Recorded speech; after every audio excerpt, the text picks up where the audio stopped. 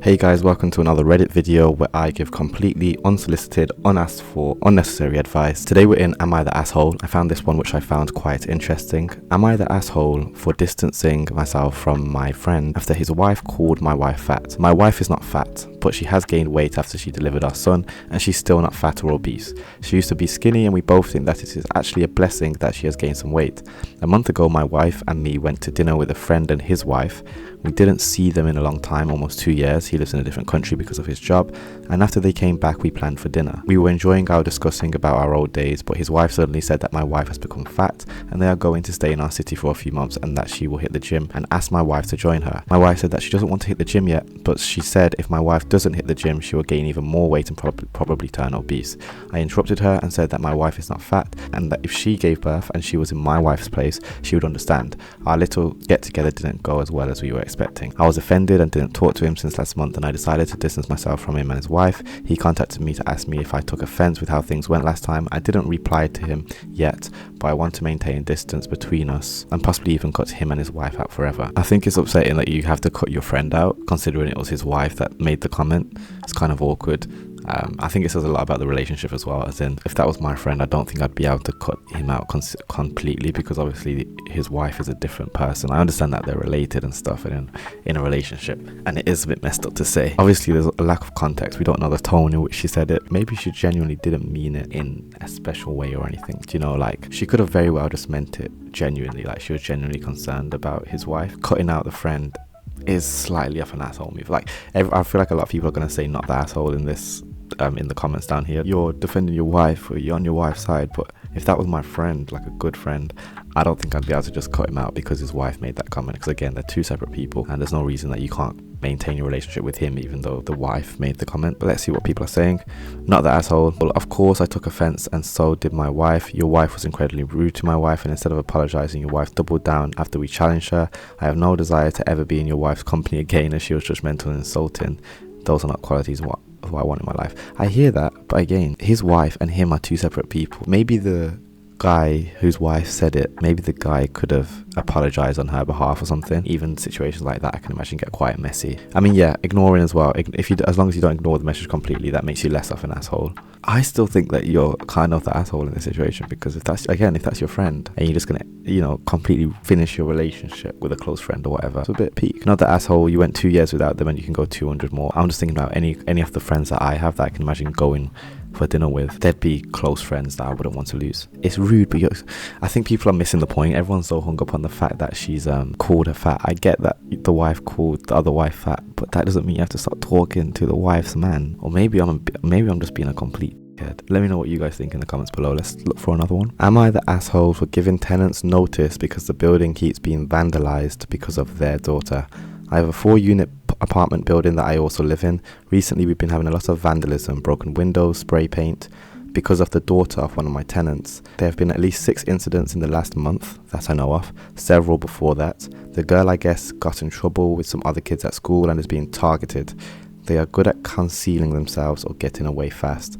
It's a lot to have to deal with, fixing all these issues and the cost of it. I can of course also make claims to my insurance, but I don't want to have to constantly make claims because that will probably make my rates skyrocket. Also, to be honest, it makes me nervous having such destructive people targeting the place I live, and I know my other tenants also feel unsafe. I felt the best solution was to get rid of these tenants, so I gave them 30 days notice. They are especially upset about it because I'm putting more stress on them on top of the stress they have dealing with the harassment their daughter is getting.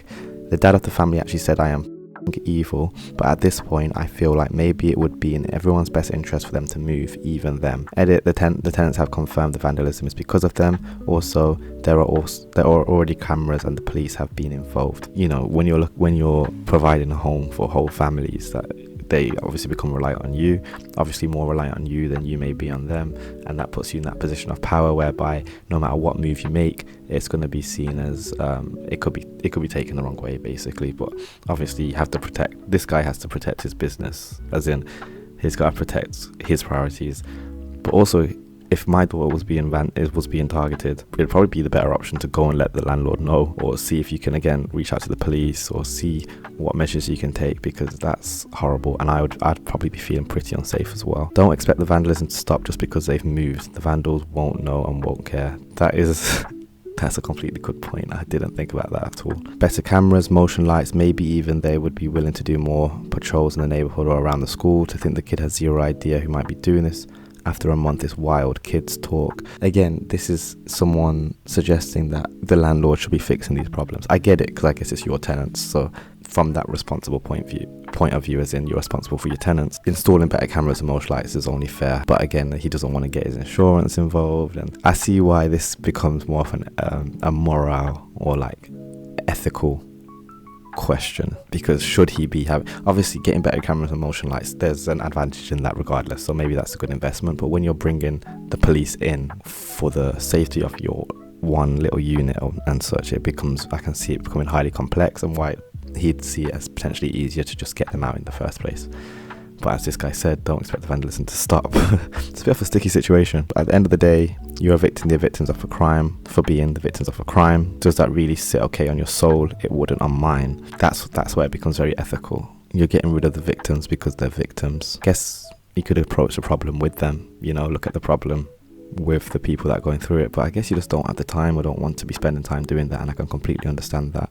So I can see both sides. You're the asshole, I get it, I do, but seriously, imagine being a teenage girl being harassed so strongly at home and then knowing your family got evicted because of it. That's very true. Again, these are all perspectives which I haven't even thought about. Piling on her more was not the answer.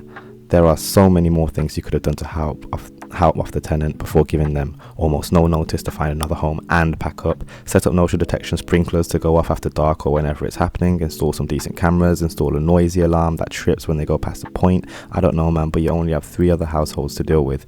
You can get the help of the family to protect their daughter and then let the other 2 know of anything you install to aid and go on with your life. The police are already involved, and the chance of vandalism stopping is actually low because they're still just going to come to the house they think she lives in. Eviction seems the easy solution for you, sure, but was it the humane option? No. Yeah, I think that's probably the best answer, to be honest. Fascinating. Let me know what you guys think in the comments below, though, because that is a very ethical question.